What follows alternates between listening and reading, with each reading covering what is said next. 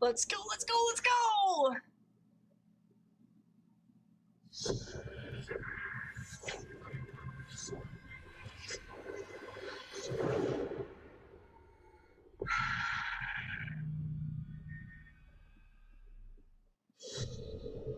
An ancient horror has awoken from its slumber and is hungry for blood. Shall we see how many have fallen into shadow? Satellite sweeps of the war zone have uncovered what appears to be an underground storage facility. But I strongly suspect where chemical weapons are hidden, so we need to move fast. Ready to go dark.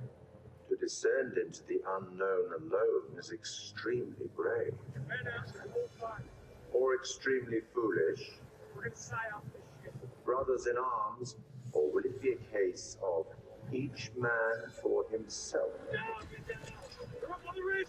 Return fire! You teeter on the edge of an abyss. Your survival depends on the choices you make. They will be as a compass, guiding you through the unknown. Oh God, greener than we landed. What nightmare have these luckless souls fallen into? Keep a lookout. One by one, their lights will be snuffed out. Unless you can find the means to save them. Trapped beneath the earth, swallowed Let's go. by the void. Will you find the path to salvation? Or be lost in the darkness forever?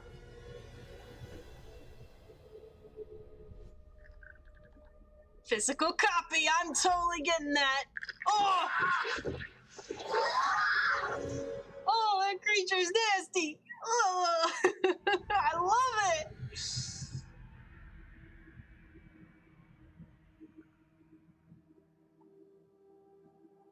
We're here at Supermassive to talk about the next game in the Dark Pictures anthology, House of Ashes. I'm joined by exec producer Dan. How you doing? Hello. Thank you for joining us. Right, Beautiful. so let's start at the very start. We're going to be talking about House of Ashes for most of the interview, but for those that don't know, tell us about the Dark Pictures anthology. The Dark Pictures is a series of narrative, story-driven, branching horror stories. Each one is standalone. They each tell a different story, completely separate from the others, but within the same universe, so there is connection between them. House of Ashes is set at the end of the Iraq War in 2003, with links 4,000 years ago that set the story up. So tell us more about the theme and themes, I suppose, within House of Ashes. It starts off with a military unit. They've got some new technology that can look for weapons of mass destruction underground. They think they've identified something in the Zagros Mountains in Iraq. And then as part of that, they come into conflict with an Iraqi unit. There's a pitched firefight, and then the two groups are plunged underground. There's an earthquake of some sort, and it's revealed that there's a hidden temple underground, these big massive structures, but these different groups, they're all separated, radio contact is lost, and they're submerged in this black darkness. Where on God's green earth have we landed? And then they're going to start hearing things and seeing things, and people are going to start disappearing. What the fuck just happened? So this time, it's a very real threat. All of the Dark Pictures games, they all pull something from real life or from history, from fact. What's the case with the myth or historical part of House of Ashes? So we love looking at and reading myths and legends and stories and doing our research, and we know our fans love it as well because there's something that they can link into afterwards. And I love doing that when I'm playing games or watching movies myself. So this one's set 4,000 years ago, the Akkadian Empire, and this terrible evil that happened. We had this self-proclaimed god king, Naram Sin, and he essentially cursed his people. He sacked this temple and brought famine and devastation to his own people. And so a lot of the history is lost, but we've done a lot of research about it. And then we had a lot of happy accidents that linked into the story we wanted to tell. And the fun thing for us is we get to do our own take on it. We get to twist it, and obviously we've made our own truth from it. At the end of the sneak peek, the trailer, we saw monsters. Tell us a bit more about what's going on there. The military unit that you're playing as, they don't really know what they're coming up against. They're not human, they're bigger, they're larger, they're faster. The team aren't going to know if there's one or two of them. or hundreds or thousands of them. And that's kind of the threat with this. You know, they've got guns. Maybe they could try and take one of them down. But maybe there's another one around the corner, or maybe there's a group of them, and maybe they're going to get ambushed. Maybe they're like a cluster. Exactly, and yeah, they'll pop a out nest, once. as it were. Yeah. And it's been really fun to work on and see these things move around and how horrific they can be. They're different to us. They perceive the world in a different way. Getting little snippets of it in the darkness, and did I see that? Was it something that moved? Or is it actually just one of the other soldiers that's stuck in the catacomb? Who's there? We like to try and misdirect people on things, you know, that did you see something, did you not? And that's a great thing within horror, that you think you're going to be scared right now, and we're not going to scare you now. We'll scare you in a minute when you're not expecting it. It's always coming. Yeah, always. So should we expect a huge amount of peril in the game? Definitely. We love to do it. You know, it's fun for us to work on. It's horrific as it is, and we know that our fans love it as well. So yeah, there's at least 60 unique deaths, and there's a whole ton of variation on that as well. So Merwin and some of the others, you're going to see different things happening to them depending on how you play it out. You know, getting ripped and shredded and torn, and because there's a firefight, there's going to be bullets flying as well, and all kinds of stuff. And it's not just the deaths; it's the gore that goes along with it, and you know, lots of blood. Wicked. It sounds absolutely terrifying. I'm in. Yeah. Not gonna lie. It's pretty bad. What differences have you made, or changes have you made to the gameplay and mechanics for House of Ashes? We were always evolving the Dark Pictures. We listened to a lot of the feedback from our fans and also our team, what they want to do, how they want to push things forward. So we tried some stuff in Little Hope with you know, more camera control, 360 cameras at certain parts, and we've really leaned on that again, and it really works well in House of Ashes. Lots of the game is set underground, and so these sort of corridors which are really tight and oppressive. Creepy. Yeah, indeed. So we've had to learn, because you take away the fixed cameras, and that takes away some opportunities for horror. But we've had to learn new tricks to scare people and, you know, ramp up the tension and you know, the chance for jump scares, which, you know, some people love. We've also got a new torch mechanic, so you know, it's military themed. So these guys are going to be walking around with weapons, with torches mounted on them. We love the lighting that we do, the sort of really inky black darkness that we have. And sort of the contrast to the bright areas. And so you're going to need to lean on that torch to allow you to see where you're going, what the threat is, and that kind of stuff. We've also done things like added difficulty settings to this game. So in Little Hope, we added you know, QTE warning icons as an example, and we've got some really good positive feedback about that, but also some people want to turn that off. We want to allow you to play the game in your way. So with our accessibility settings and difficulty settings, if you want to have a more casual experience, you can change those settings. Still, most of your characters are going to end up dead, but you know, that's spoilers. Yeah, indeed. but that's what we come here for. That's Yeah. okay. We can deal with it. So I've got to ask, what was it like working with Ashley? So Ashley was fantastic. She researched Rachel. She understood her when she came on the set. She's in the game? She knew her inside out. And Rachel is a flawed character, so she brought that through. So That is awesome. The rest of the cast were fantastic as well. Well, we were looking for Joey. Salim helped me. You didn't tell me this because You flip your shit. We want you to connect to these characters and understand them as humans. We want them to seem real because they're real to us. You know, we spend a long time designing them, and I don't mind if you hate any one individual character because you don't like everyone in real life. But maybe you'll like them when you see the journey they go on. Maybe you'll like them once they're dead, and you feel bad about and it. you feel bad about it, definitely. Yeah. But also, we want you to save them. We want you to try and save them. You know, we know that some people want to get everyone killed straight away, and that's fine. That's their playthrough. That's what they want to do. Not But, me. You know, can you get everyone out alive and save as many as you can? It's a lot of replayability there. Indeed, Goes yeah. on forever. I like that. So, last question. Favorite scene? Favourite scenes? So, Salim, our Iraqi soldier, and Jason Kolchak, one of the Marines that's there, there's a way that can play out and a sort of contest between them, and you can make it go in a number of different ways. The enemy of my enemy is my friend. It's really emotional. Seeing them film it, I was lucky enough to be there, and then seeing that come through in game, I think we've got something there. I think that's gold. And then, of course, I love scaring people, so I love the jump scares. I love the moments of tension that we bring. But we can't hold you in that moment, so we've got some fantastic jokes in there as well to allow you to relax for a moment before we scare you again. Just take your mind off Yeah. the imminent threat. I like that. Dan, thank you so much. This has been really cool to talk about, and I'm sure, you know, I'm excited and terrified in equal part, and everyone else is just excited, I'm sure. And it's been a real pleasure to speak to you, and I can't wait to get it into people's hands. It's going to happen. I still need to play Until Dawn. Oh, I'm so behind on a lot of games.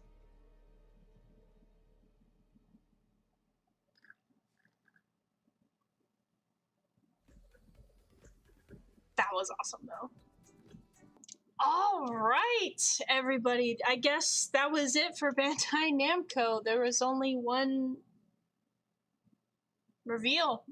I mean, they talked about it for a bit, but I was honestly expecting a full presentation, not a mini presentation. So let me bring up the schedule up here. This is what I had been looking at. Thank you so much for watching. This has been all of my reaction to E3 2021. I hope you enjoyed the show, so to speak. This has been completely amazing. There's just so much I want to talk about. For the first thing to talk about for my reaction is the fact that I really don't like digital stuff. I'll never buy digital games.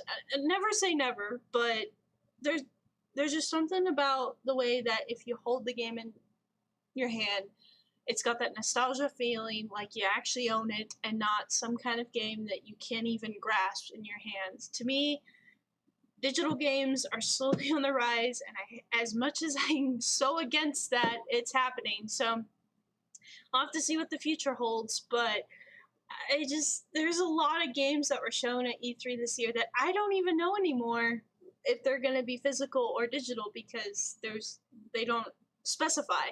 That's what I liked about the Nintendo conference, was because they specified this is going to be a physical game. And I love that they did that, because then that tells me I can get the game and I can get excited and hyped for it, because I'll be able to actually own the game in my hands, being able to play it with the disc and the drive, so to speak. And just, to me, digital is, I just don't like it. It's not my form of gaming.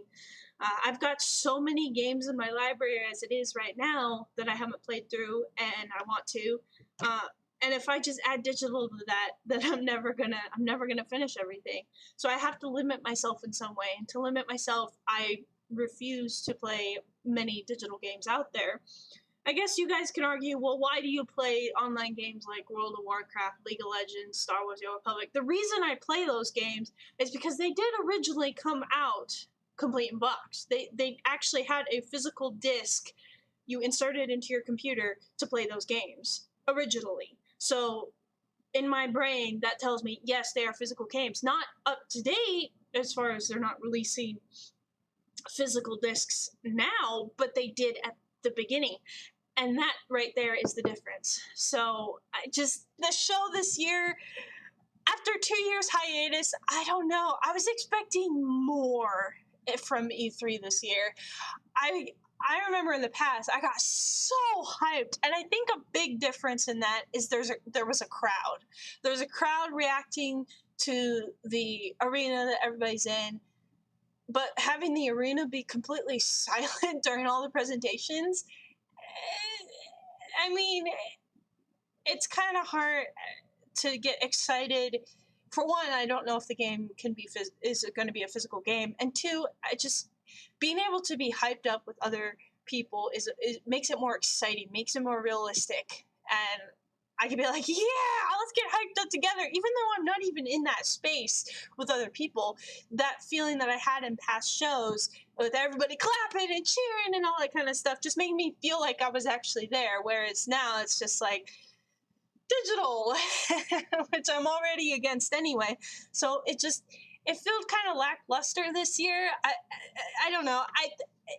I really don't like the fact that Sony hasn't come back yet to E3. I really miss Sony. The last one I do remember is when they had that big canopy tent. I think this was 2018, might have been 2017. Had the big canopy tent, and like half their show was The Last of Us Part 2, and I was just so excited. I remember being so excited, like I want to be at E3 right now, because I want to be in that tent listening to the musician playing his flute or whatever it was. It was so exciting. And then Sony's still not at E3, and it kind of I don't know. Sony to me would be the one conference I would really, really like, hands down, go to every single time. And it kind of sucks that they're not here, but there were some big hitters. There's Nintendo, of course, and Xbox. And I like the fact that Xbox and Bethesda like came together into one conference, but it makes it harder for me to judge each individual company as it had in the past, because, you know, they were two different conferences in the past. And to me, them combining it together made it that they didn't have to present as long. They didn't have the chance to, you know, delve deeper into their own individual company games, because they were combined. So they, you know, like Xbox is like, we'll take half the show, Bethesda, you take the other half, kind of thing. And so it splits it up so that they can't do it or show as much as they could in the past. And I mean, it could go both ways. It's kind of cool that they did a presentation together and all, but at the end of the day, like, they could have shown more in their individual conferences, whereas instead of being combined. Now, I'm going to tell you guys one thing. I'll tell you the order list from my most favorite conference down to my least favorite conference, which you probably already know what it is. But this, just E3 2021, I was so excited to watch, but then I mean, half this stuff, if you see on the schedule, I didn't even watch it at all, because I wasn't really intrigued by it. I was new to it, and you don't expect all these conferences. I mean, maybe you do. I've never been to an E3, so I don't know what it's like behind the scenes, or if there's like all these conferences that happen all at the same times, and you have to choose, you know, whatever you want to choose to go to and see in different conference rooms or whatever. But like, I don't know. It's just, I didn't like it. I can't wait for next year's E3. I think I'll be a lot more excited, because it will be going back to in person, according to what they said.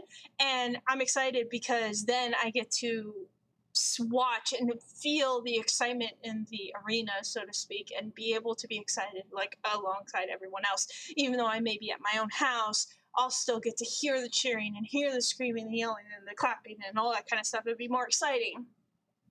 So what I'm going to end with the end of this video, and it's going to rate like top, or I'll probably go bottom to top of my favorite conferences of E3 that I've done reactions for. And if any of these spark your interest, I could do some, if they have these particular shows next year, just let me know down in the comments, and then if they're up for next year's E3, I'll do reaction videos if you want to see that.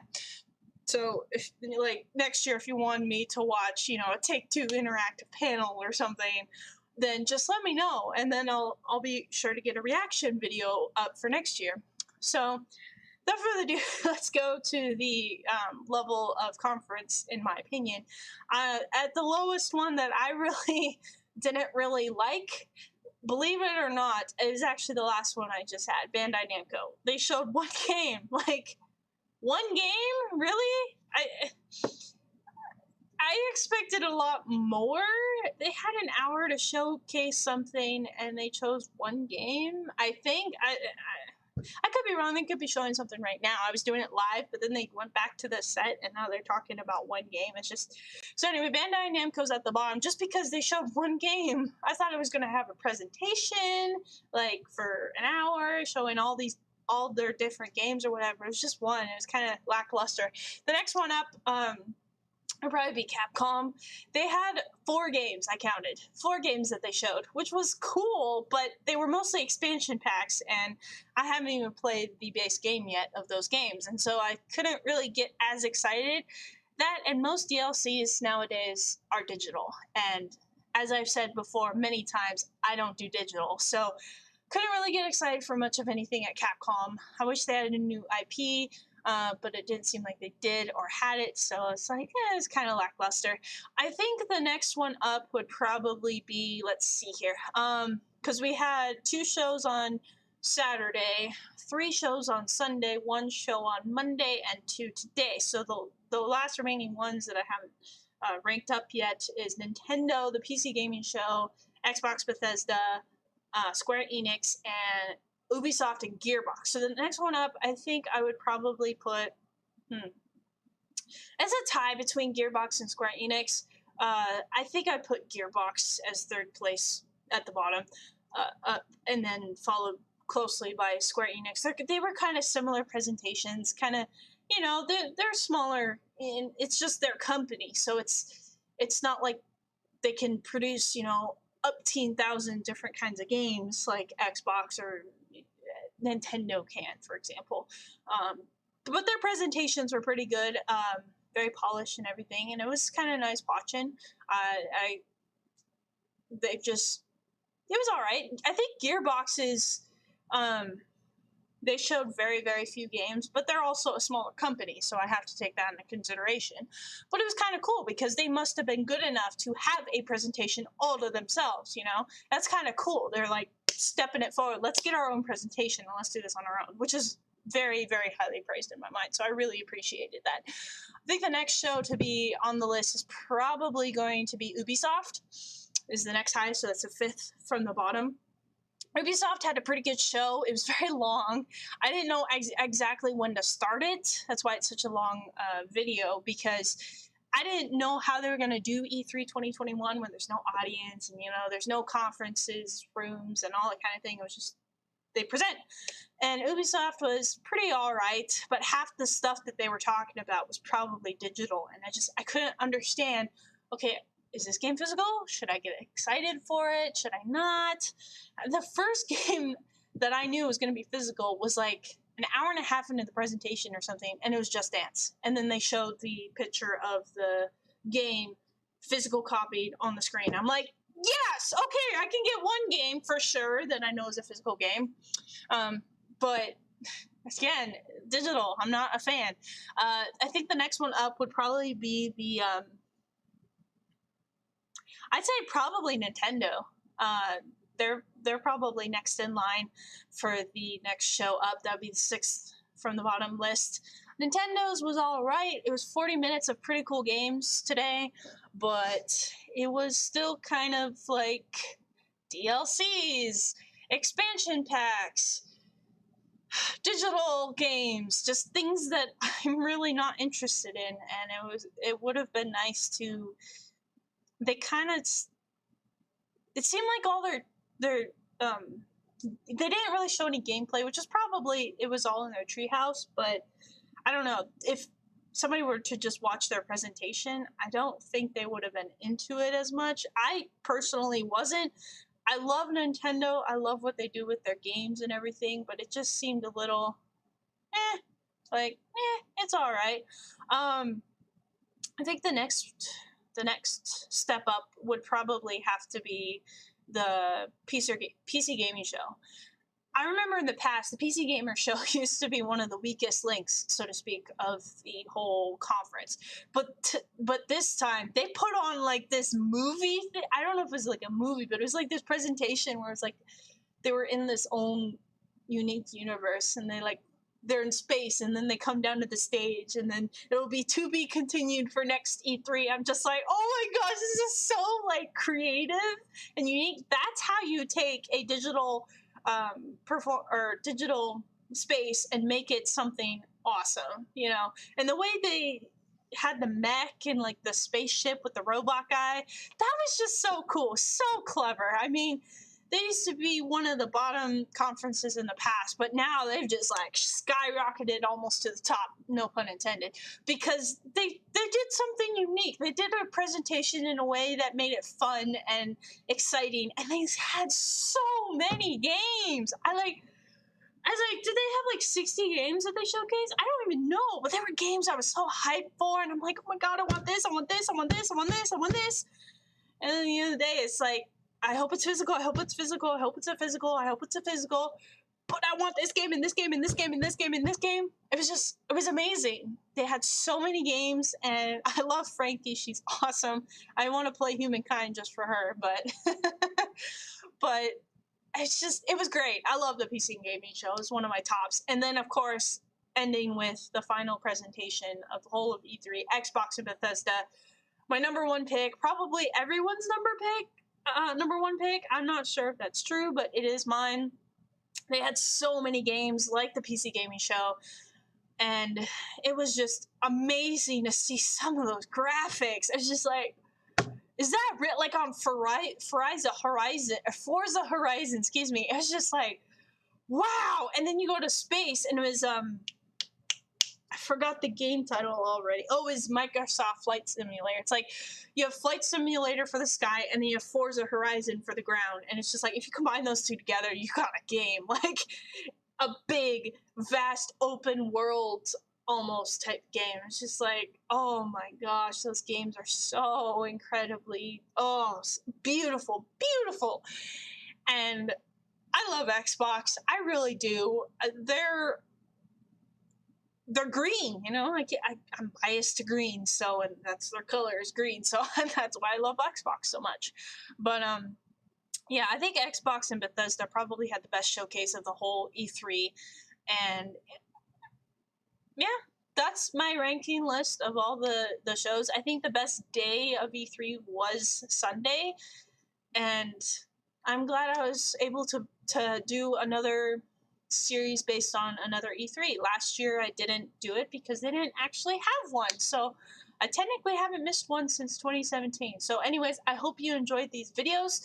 Be sure to comment on any of these shows that you see here that I didn't react to for next year, in case they do have a reaction for next year. But without further ado, happy viewing other channels and content. I hope to see all you guys in the next video. And by the way, I got other things planned for this channel. So I'll catch you later, and see you later.